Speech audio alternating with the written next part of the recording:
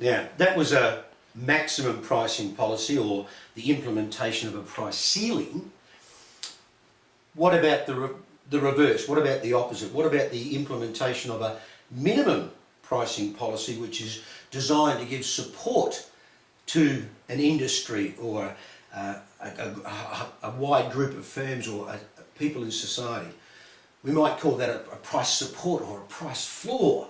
So a minimum pricing policy would be, again, when the government deems that the interacting forces of supply and demand have actually combined to generate a market price which actually represents, in their opinion, a relatively poor return for the people involved in that industry.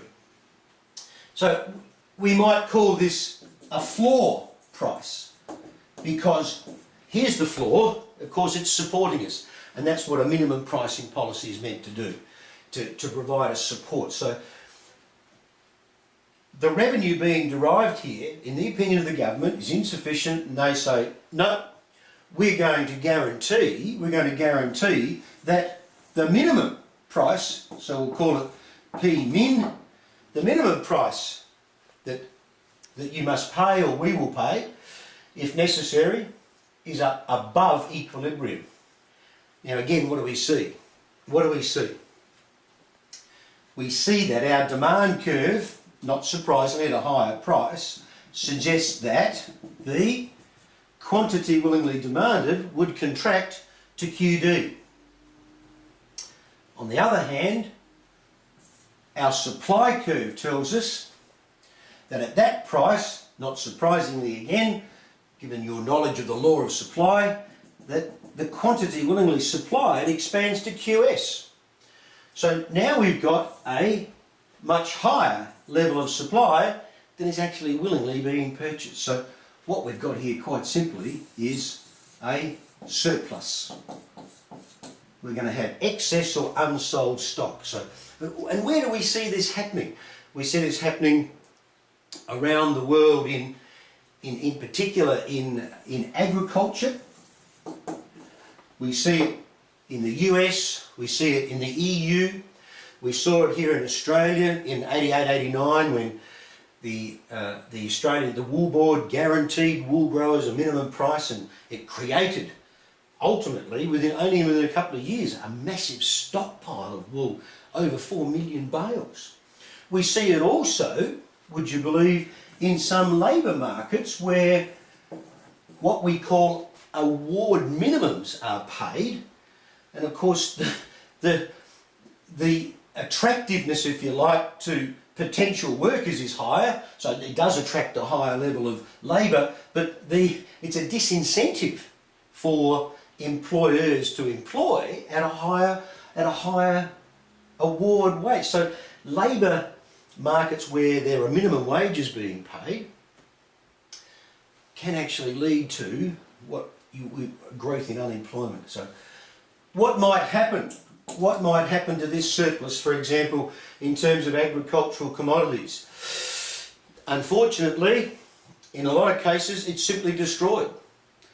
Dig big holes in the ground and actually dump the fruit in before it rots, etc., etc. In other cases, we see governments using, again, probably public sector funding to try and encourage a higher level of demand. Sometimes that works, sometimes it doesn't. But for as long as this surplus prevails, for as long as the minimum pricing policy prevails, people, consumers who are wanting to buy these products, for example, are actually forced to pay a price which is higher than the competitive market would normally force them to pay. Okay, what do we learn here?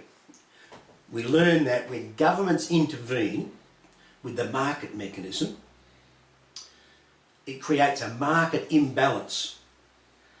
A market imbalance which actually is not self-correcting. In the case of price ceilings, we saw that the government intervention creates a shortage, which actually leads to inefficiencies in terms of people queuing, possibly terribly inequitable pricing mechanisms in terms of black markets, for example. We saw in the case of our surplus or our minimum pricing policy that the surplus, in the case of wool, not a real problem, although it did take 13 years to get rid of that massive surplus, because that's a storable, non-perishable product. But if the surplus is, say, a perishable product, then there's a really visible, terrible destruction of that dumping of fruit that needs to be addressed. And that's maybe not a good thing. So marginal costs and marginal benefits need to be weighed up here, and that's sometimes a political question which you might need to contemplate on your own.